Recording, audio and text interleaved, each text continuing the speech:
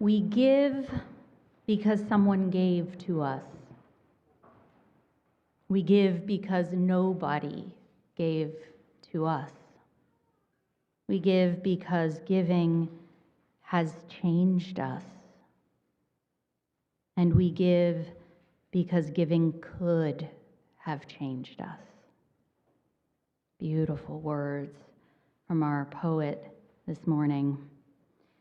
But I need to be honest with you, this is not what my giving story, my money story, as I call it, started out looking or feeling like.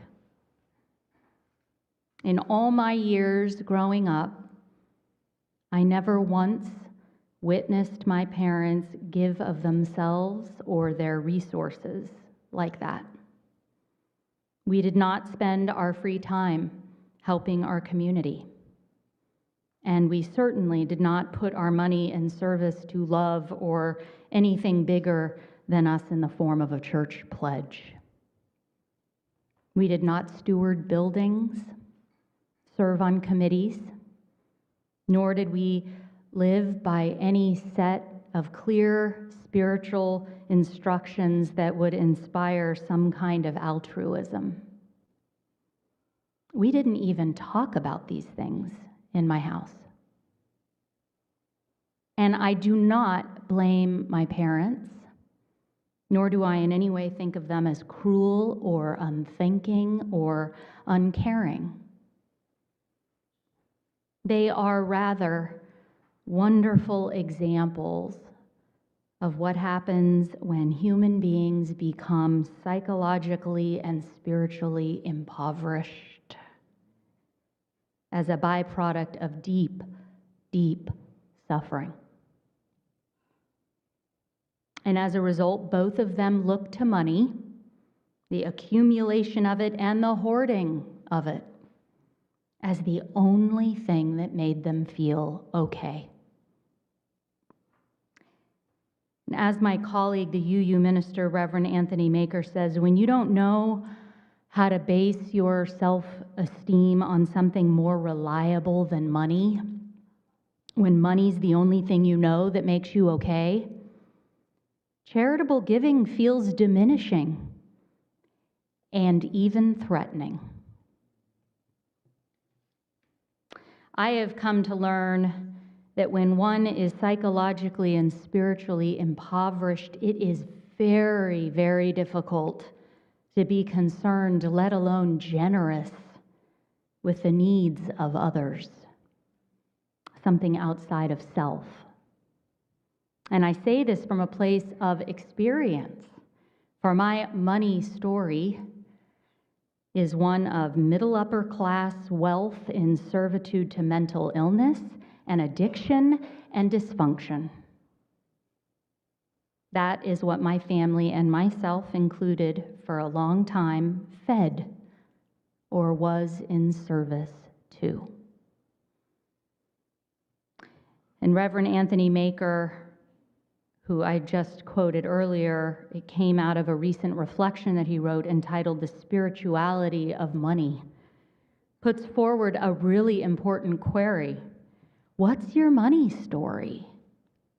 What did your money feed growing up? What does it feed now? Maybe your story is similar to mine, or maybe it's quite different. In his words, maybe it's an experience of financial austerity and relentless penny pinching. Maybe it's blue-collar living from paycheck to paycheck, or white-collar living from paycheck to paycheck. Maybe it's a charitably generous story, but transactional in spirit. Do you know those? Measuring the value of gifts, of those gifts solely on tangible outputs or returns. What's in it for me? Or maybe your money story begins in a poor family and community where people knew that to survive, They had to rely on each other and feed the collective good, and so they became the most generous, no-strings-attached givers of all. Did you know that, by the way? How statistics show that poor people are the most generous givers of all, not in amounts necessarily, but in percentage of giving, because they know that the more you feed the common good, the more spiritually fed and nourished they are. Amen. Tadadaho Chief Leon Shenandoah, he teaches that to become a human being, we need instructions. That the thing wrong with the world is that people don't have instructions. Capital I, instructions. And make no mistake, these instructions, they are spiritual in nature, my friends. Meaning of soul, of heart, our deepest place of compassion, love, and healing. God providing us with instructions about how to become a human being.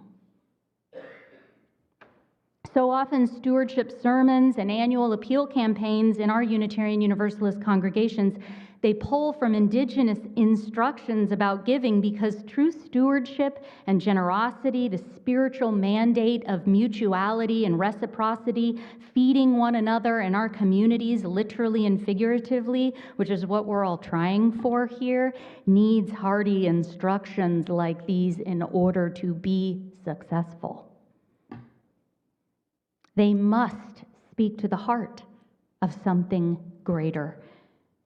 And I genuinely believe that all human beings, all of us, long to know about and hear about and be a part of that something greater.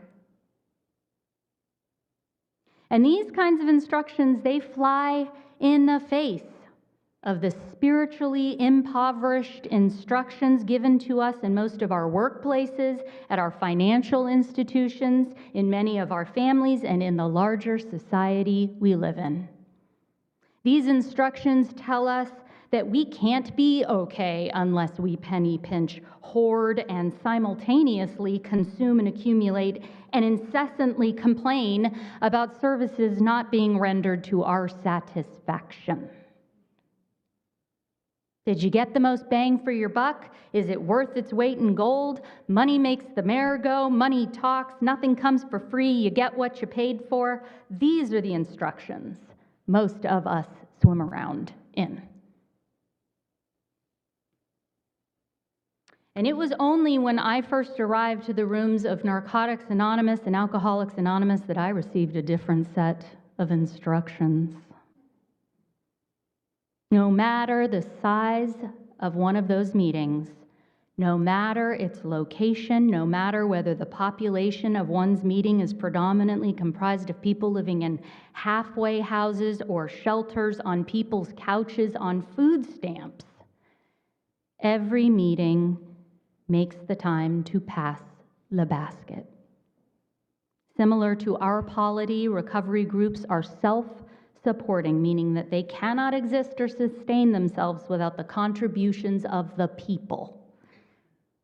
And while this is all explained at every single meeting, not unlike our weekly offertory, empty baskets begin circulating up and down the rows and aisles, passed from person to person, loose change getting tossed in, larger bills, but mainly crinkled up, balled up ones,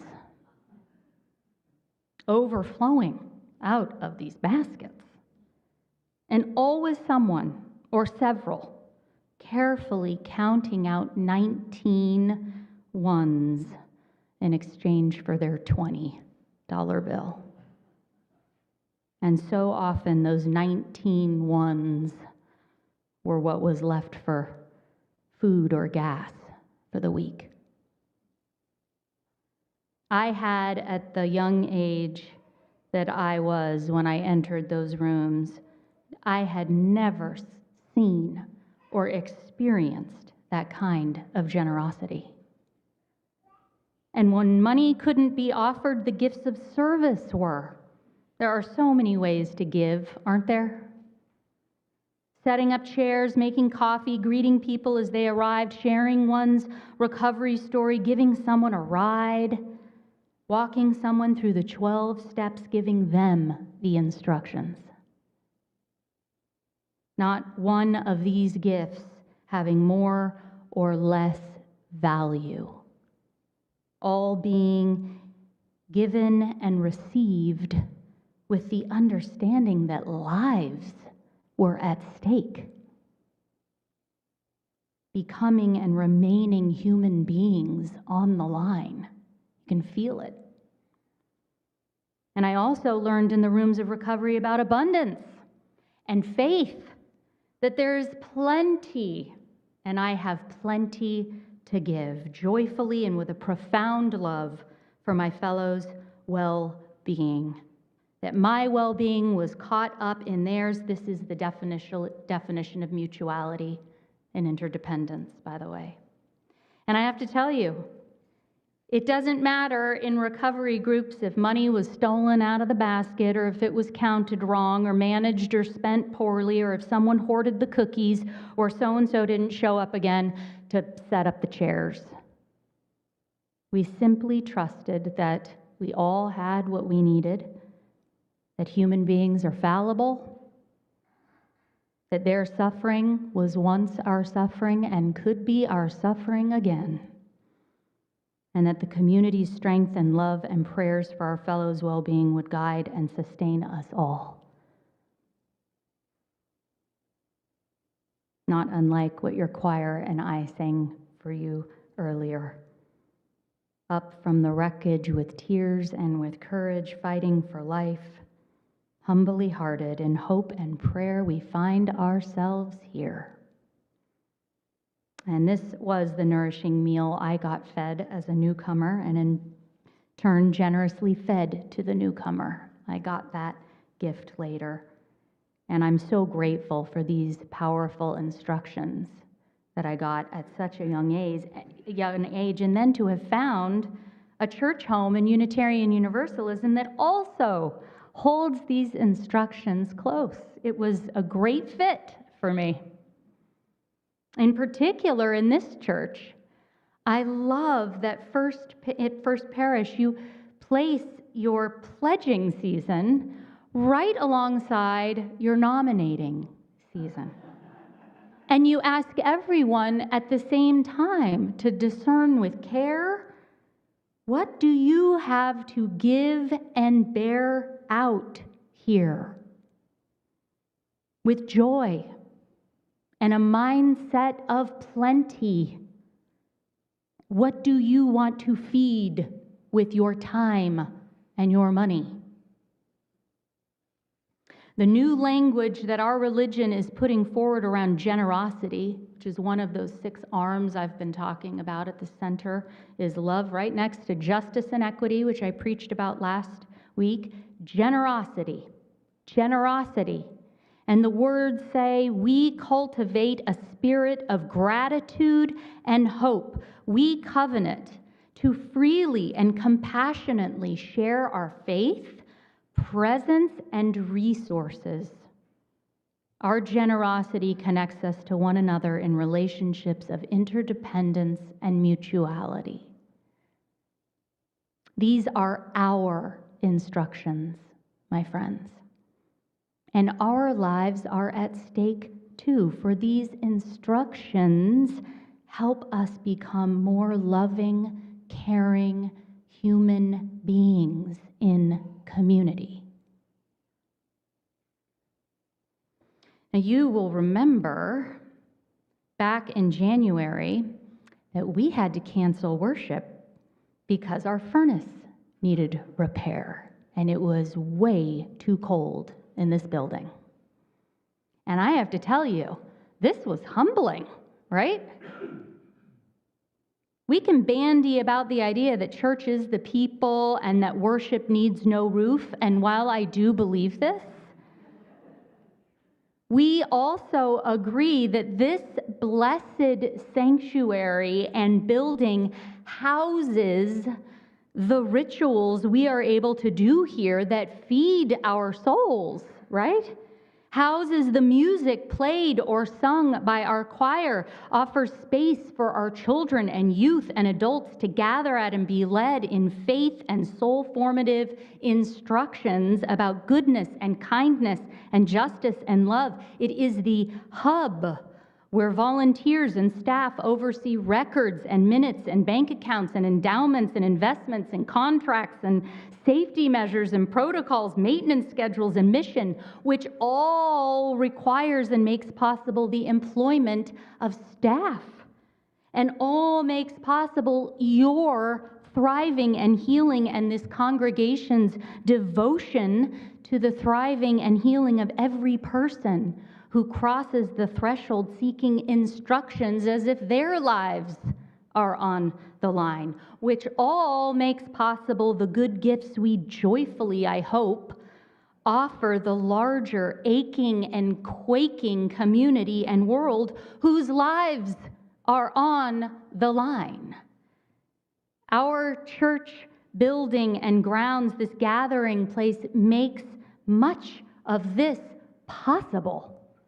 And it doesn't, my friends, run on prayer or mission statements. I wish these could have worked on our furnace.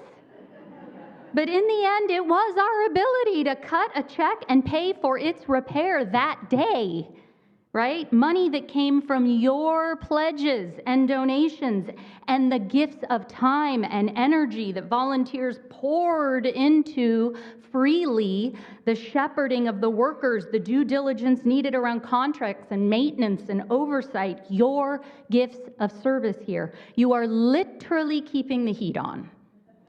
You are literally feeding this church's life. Oh, joy. My hope today is that by telling you a part of my money story, it may inspire you to think about your own. Our stories reveal something about how we have come to relate to money and giving, and yes, receiving too. As spiritual people, committed to becoming full heart-centered human beings, this is really important. And this is why the season of pledging and giving of service is a season of spiritual discernment. It's a season of spiritual practice, discipline, intention, and I hope healing. Time to receive or refine your instructions. So the great question is, what are we feeding with our money and gifts of service? And I hope you take that with you in the coming days. We in this church rise to say we are not feeding dysfunction, and we are not feeding fear and scarcity and individualism and division or bottom lines at the cost of our or another's humanity. That is not what we are feeding here. We rise to say we are feeding healing, and we are feeding hope, and we are feeding the unconditional love of we are feeding liberation and reciprocity, and we are feeding the faith that we have plenty to give. Amen. And let me tell you, when we rise with these kinds of hopes and prayers, when we feed these sources of meaning and give joyfully from this holy, spiritually rich place with our crumpled dollar bills or crisp thousands, those are welcome too. Truly, I tell you, that all shall be fed. The recipient and giver alike. That's a promise.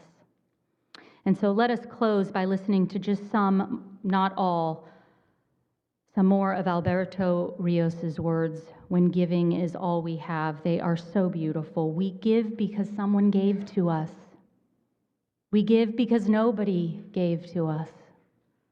We give because giving has changed us. We give because giving could have changed us. Giving is first and every time hand to hand, mine to yours, yours to mine. You gave me what you did not have, and I gave you what I had to give. And together, my friends, We made something greater from the difference. Instructions for living and loving, I say. Instructions for becoming a human being. And so I say to you, amen, and may it be so. And won't you now all rise as we rise